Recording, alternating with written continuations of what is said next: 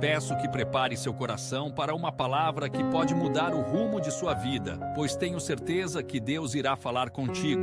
Fique até o fim e não se esqueça de comentar sobre a mensagem. Deixa seu like e compartilhe. Jesus passava tempo, era com Deus, não era com o diabo. O diabo ele não deixava nem falar. Jesus passava tempo, era com Deus. Jesus ficava tempo com Deus. Orava de madrugada, trabalhava o dia inteiro. E alguém perguntou, ele não dormia não? Dormia na tempestade. Quem passa tempo com Deus aprendeu a dormir na tempestade. Quem passa tempo com Deus, irmãos, aprendeu a dormir na tempestade. Jesus não ficava. Como é teu nome? Da onde você veio? Do inferno, irmão. O diabo veio do inferno. O diabo não falava onde Jesus estava. Nós precisamos nos posicionar como igreja, irmãos. O evangelho não tem que ser místico para ser aceito. O evangelho precisa que os crentes se movimentem em posicionarem diante do Senhor os seus corações e as suas mentes para ouvir o evangelho. Deus não pode usar uma pessoa sem o Espírito Santo. Ele pode até usar, mas você não serve para Deus sem o Espírito Santo. Você não serve para Deus sem o Espírito Santo. Deus não deixou nem os discípulos saírem sem o Espírito Santo. Então eu vou falar uma coisa para você. Quanto mais eu escuto que o mundo maligno está debaixo da ação do maligno, quanto mais eu percebo o aumento da iniquidade, quanto mais eu ouço é boa, eu ouço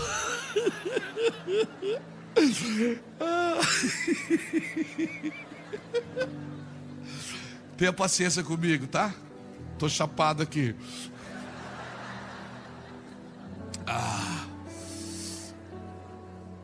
Tenha paciência, é água, viu, gente?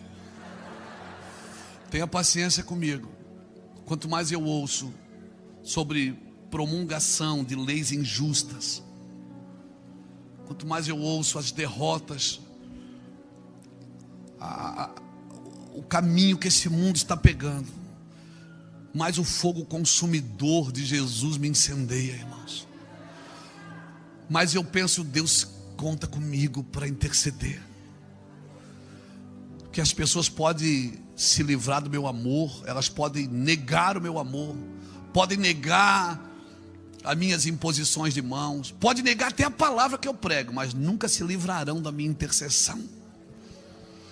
Nunca se livrarão da minha intercessão. O Senhor te chamou para se posicionar, querido. A obra de avivamento, ela não é a obra de um dia. A obra de avivamento é uma obra que leva tempo. Então não se preocupe de procurar uma forma de viver. Eu não estou procurando uma forma de viver para me adequar à forma deste mundo. Nós temos que viver de uma forma que o mundo a qual nós pertencemos venha e se manifeste nesse mundo caído. Que as pessoas tenham certeza de em quem você serve, em quem você acredita, e quem você segue, quem você imita. As pessoas têm que olhar para você e dizer, cara, esse empresário é diferente, ele faz negócios diferentes. Esse atleta é diferente. Todo mundo quando faz gol sai gritando palavrão, ele não. Ele pensa diferente. Esse artista é diferente. Deus quer colocar graça na sua vida, nos seus movimentos, para que a gente o represente, para que quem olhe para a gente pense, cara, esse cara segue a Jesus. Esse homem, essa mulher serve a Jesus. Nós somos imitadores de Cristo, irmãos. Nós somos chamados para fazer a diferença numa geração caída. O mundo não vai mudar, irmãos. O mundo não vai mudar. Mas os amigos de Jesus vão ficar maiores e melhores. a igreja vai crescer. Jesus não precisa de quem não tem o Espírito Santo. Avivamento para mim é a soberania de Deus sendo estabelecida e a responsabilidade dos homens sendo manifestada. Isso é um avivamento. Não é animação. Porque amanhã é segunda-feira, o seu relógio vai despertar cedo para você ir para o trabalho. E você tem que estar tão avivado e tão direcionado como você está aqui hoje. Tão atento, atraindo uma cultura do céu, atraindo uma vida do céu. O avivamento é um contra-ataque de Deus, irmãos. Por isso ele precisa estar alinhado com o céu. Até porque nós estamos construindo uma rede, não é uma teia de aranha. Uma rede se constrói em grupo, se conserta em grupo. Eu moro numa cidade, Itajaí, é o maior porto pesqueiro do Brasil. É a cidade que exporta peixe para o Brasil inteiro. E eu moro bem de frente na saída da barra, entre o rio e o mar. E ali, se acordar bem cedo, você vê os barcos saindo para pescar, barcos chegando, navios chegando. E você vai perceber que cada barco tem uma forma de pescar. Um pesca de linha, outro pesca de rede, um pesca de arrastão. Mas todos pescam no mesmo lugar, naquele mar imenso. E nós estamos construindo uma rede, não é uma teia de aranha. Se você for olhar para o livro de Marcos, no capítulo 1, versículo 40, se eu não me engano, acho que é Marcos 1, 14 a 20. Os 4 primeiros discípulos que Jesus chama, 2 irmãos em cada casa. Ele chama Tiago, ou melhor, Pedro e João, Pedro e André, Tiago e João. E a Bíblia diz que os 2 primeiros que eles chamam, que é Pedro e André, eles lançavam as redes porque eles eram pescadores. Indo um pouco mais adiante, ele encontra Tiago e João, filhos de Zebedeu, com seu pai no barco, que eles estavam consertando a rede. Então você vai perceber que os 4 primeiros discípulos que Jesus chama, 2 lançavam a rede e 2 consertavam a rede. Qual é a diferença de quem lança e de quem conserta? É porque quem lança, o pai não precisa estar junto. Mas quem conserta a rede, Zebedeu estava no barco, ajudando, ensinando a dar os pontos. E a Bíblia diz que Jesus passou e disse: segue-me. Então sempre, se nós vamos trabalhar no conserto da rede, e eu acredito que nós estamos num tempo de transição, você vai ver muitas coisas transicionarem nesses dias. E eu falo profeticamente, nós vamos ver muitas coisas transicionarem nesses dias. Nós estamos tabernaculando com Cristo. Então, por favor, não constrói hortinha atrás de casa, porque você vai transicionar. Quando a nuvem move, você tem que desmontar a cabana e ir atrás da nuvem. E o maná é que segue a nuvem, não é a nuvem que segue o maná. Então para de olhar para o chão procurando o maná e segue a nuvem, porque onde a nuvem parar, o maná vai estar ali. Nós estamos transicionando de uma medida para outra medida. A igreja do Senhor Jesus está transicionando, irmãos, para um lugar maior em Deus. E eu não estou falando isso como um chavão de pregador. Deus sabe o que eu estou falando pelo Espírito. Nós estamos transicionando. Você vai ver muitas coisas que pareciam ser e não são. E muitas coisas que você não dava valor, que você vai dizer: uau, vou prestar mais atenção nisso. Se prepare, nós estamos vivendo um tempo de transição. Deus está movendo e abalando os céus e terra para que o inabalável permaneça. Deus está mexendo em todos nós. Eu me sinto mexido por Deus. Eu me sinto transicionando por Deus. Deus é como se Ele botasse a mão dentro da gente, como uma batuta de um maestro, está dando a sintonia da música. Nós vamos transicionar para lugares altos. Se prepare, porque os próximos dias são difíceis. E os dias difíceis vão requerer dos cristãos algo muito mais profundo. Eu termino aqui, abra comigo a sua Bíblia em 2 Timóteo.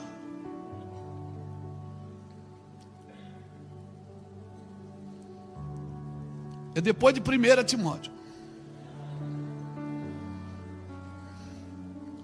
Capítulo 3, versículo 1 diz assim: sabe, porém, isto: nos últimos dias sobrevirão tempos difíceis, pois os homens serão egoístas, avarentos, jactanciosos, arrogantes, blasfemadores, desobedientes à paz, ingratos, irreverentes, desafeiçoados, implacáveis, caluniadores, sem domínio de si, cruéis, inimigos do bem, traidores, atrevidos, enfatuados, mais amigos dos prazeres do que amigos de Deus, tendo forma de piedade. Dá a impressão que eles estão fazendo isso por zelo, mas não é zelo. Não é zelo. Tendo forma de piedade, negando-lhe, entretanto, o poder, foge também destes. Pois entre estes se encontram os que penetram sorrateiramente nas casas e conseguem cativar mulherinhas sobrecarregadas de pecado, conduzidas de várias paixões, que aprendem sempre e jamais podem chegar ao conhecimento da verdade. E de modo, ele dá 2 exemplos aqui de 2 pessoas, Janes e Jambres, resistiram a Moisés, também estes resistirão à verdade. São homens de todo corrompido na mente, réprobos quanto à fé. Eles todavia não irão avantes. Eles todavia não irão avantes, porque a sua insensatez será a todos evidente, como também aconteceu com a daqueles. Aí no verso 10 ele diz assim, ó: tu porém, essa é para ti, cristão. Ele está dizendo assim: sabe como é que vai ser os homens no fim? Vai ser assim: tu porém, tu vai andar na contramão disso tudo. Tu vai andar na contramão. Alguém me disse esse dia: pastor, é uma luta, porque eu cruzo com o diabo direto. Eu disse: você está cruzando com o diabo? Então tá bom, porque significa que ele está indo para o outro lado. Pior se ele fosse junto com você. Está cruzando? Está ótimo, meu amigo. Você vai cruzar com ele todo dia, e tomara que você cruze todo dia, significa que você está indo ao caminho contrário. Tu, porém, tens seguido de perto o meu ensino, procedimento, propósito, fé, longanimidade, amor, perseverança, as minhas perseguições e os meus sofrimentos, a quais me aconteceram em Antioquia, Icônio e Listra, que variadas perseguições tenho suportado, e de todas, entretanto, me livrou o Senhor. Ora, a profecia do pastor Silas Malafaia aqui, para mim. Ora, todos quantos querem viver piedosamente em Cristo Jesus serão perseguidos. Mas os homens perversos e impostores irão de mal a pior, enganando e sendo enganados. Enganando e sendo enganados. De novo, tu porém permanece firme naquilo que aprendeste e fosse inteirado. O nosso trabalho como igreja é preparar um tipo de gente para suportar os dias difíceis. E essas pessoas, irmãos, elas são formadas com o Evangelho. Elas não são formadas com autoajuda, é com a ajuda do alto. Não é autoajuda, é a ajuda do alto. Porque isso vai acontecer. Se quando passares pelo fogo, não te queimarás. Quando passares pelos rios, não te afogarás. Os mares não te submergirão, porque eu sou contigo para te guardar. O Senhor não está dizendo talvez você passe, talvez você não passe. Ele está dizendo você vai passar. Então se prepare, porque você vai passar. Mas o Senhor é contigo para te guardar. E aí você vai provar aquilo que nós chamamos de avivamento. E você vai ter uma mente brilhante. Mentes que têm propósitos, não desejos. Eu quero orar com você. Eu não sei quanto a você, eu estou com, como a gente diz lá no sul, estou com muita alegria na minha felicidade. Eu estou entusiasmado para os próximos dias, irmãos. Eu estou entusiasmado. Eu quero tirar todo o enfeite para que apareça a beleza de Jesus. Eu quero mais, menos do mais. Eu quero o evangelho simples, o evangelho do beabá, aquelas coisas simples que não tem ajuda da carne, que não tem ajuda do místico, não precisa ser místico. Eu quero orar por você. Fique de pé comigo, por favor.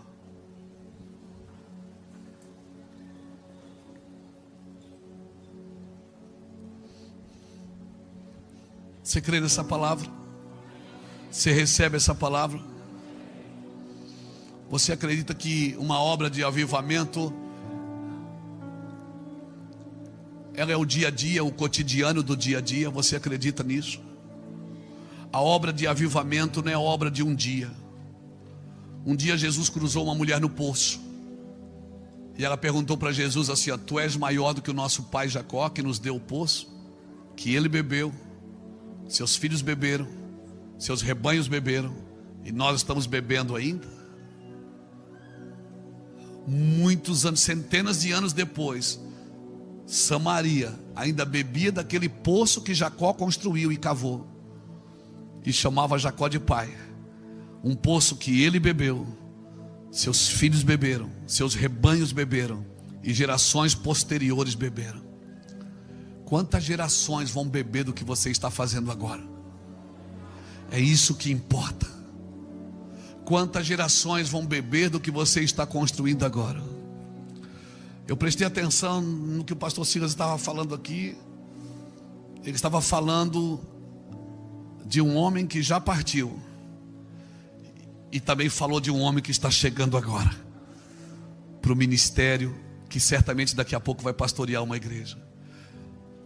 Está no meio de duas gerações, contando a história de quem ele serviu. Na realidade, esse é o nosso trabalho, irmãos. Eu já falei de manhã e vou falar de novo. Eu me sinto a geração de Isaac, que junta Abraão e Jacó. É a geração do sacrifício, é a geração que se oferece como um sacrifício vivo, santo e agradável a Deus, para que as conexões não fiquem pelo caminho. Recebemos e por isso estamos passando.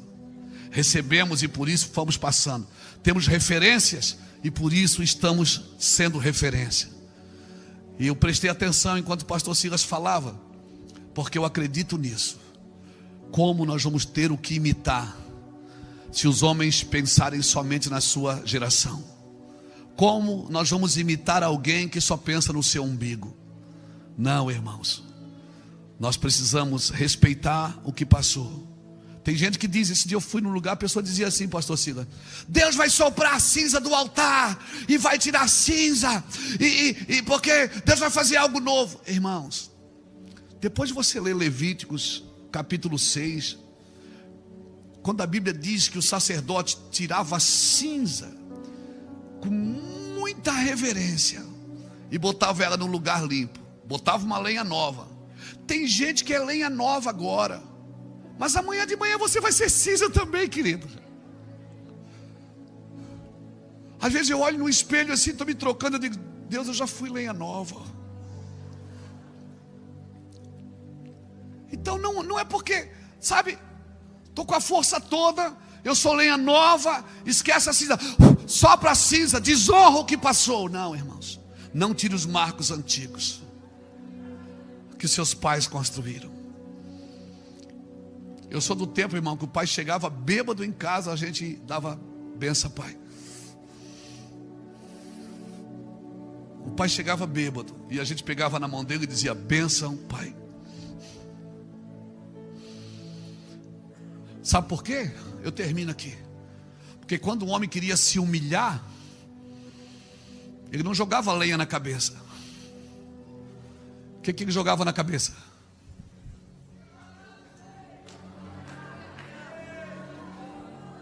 Quando você quiser se humilhar, procura alguém maior do que você, mais velho que você, e diga assim: me ajude aqui.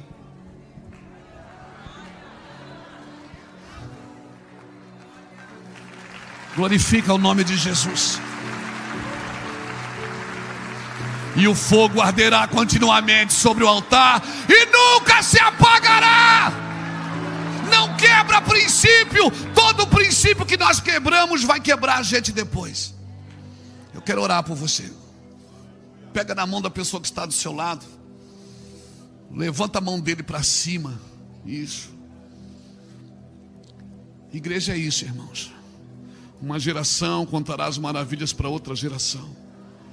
Velhos tendo sonhos, jovens tendo visões. Pai, nós oramos para que a geração não desconecte. Que haja uma conexão, sim, Senhor, global. Que haja uma conexão sobrenatural. Que essa conferência seja marcada pelas conexões que nunca se acabem, Senhor. Que nunca se acabem em nosso meio. Sim, Senhor, um ancião para nos ensinar, um jovem para nos desafiar. Que nunca acabem no nosso meio, Senhor, pessoas mais velhas para nos corrigir e jovens para poder ser enviados. Nós abençoamos, Senhor, essa geração. A geração, Senhor Deus, que vem depois, nós declaramos que ela vai ser muito maior e muito melhor do que nós, Senhor. Nós andamos, nossos filhos vão correr e nossos netos vão voar. Nós declaramos isso, Deus, diante da tua glória. Nós andamos, nossos filhos vão correr e nossos netos vão voar. Nós declaramos, Senhor, que as conexões nunca vão ser desfeitas, porque aquilo que o Senhor uniu não pode separar o homem. Aquilo que o Senhor guardou, ninguém pode separar. Aquilo que a tua palavra construiu, ninguém pode separar. Amém, igreja? Dá o maior brado que você já deu na sua vida. Solta esse leão que está aí dentro. Aleluia! Glória ao nome de Jesus. Glória ao nome de Jesus. Oh, aleluia! Aleluia! Que Deus te abençoe. Em nome do Senhor Jesus Cristo. Construa algo que as próximas gerações bebam e desfrutem daquilo que você está fazendo agora. Pode não estar parecendo, agora pode não fazer muito sentido, mas vai ficar para as próximas gerações. O meu avô, o seu Hermínio Roque dos Santos, já está na eternidade. Ele partiu aos 87 anos. 23 dias antes a minha avó partiu aos 85. Eu não herdei muita coisa dele. Ele tinha uma casa que vendeu, os meus tios repartiram. Eu pedi três coisas dele. O chapeuzinho dele está lá no meu escritório. A Bíblia dele está lá no meu gabinete. E eu pedi a aliança dele e da minha avó. Ele me deu no leito de morte, de 60 anos de casamento. 60 e alguma coisa. E está lá. Ele não deixou muita coisa, mas ele deixou uma palavra. Ele deixou uma palavra. Eu vendia drogas na frente da casa do meu avô. Quantas noites eu batia na porta, ele abria e disse: "Oh, meu filho, que vida miserável essa sua. Jesus tem uma obra linda na sua vida." E eu dormia lá na casa de vô, na casa do meu avô. Só que de manhã tinha culto. A escola dominical, o devocional era feito na mesa. E ele ia lá e dizia assim: "Luiz, vem participar do culto com a gente." Eu disse: "Não, vou, estou legal. Eu disse: "Não, vem cá." E quantas vezes eu vi só ele e a minha avó chorando, eu pensava: Deus não vem num culto desse. E não só vinha como ouvia. E ele dizia assim: "Eu não vou sair da terra, Deus, sem ver membros da minha família pregando a tua palavra. Eu estou aqui porque eu fui profetizado. Então anda na terra de boca aberta, meu filho." Amém. Deus te abençoe, pastor.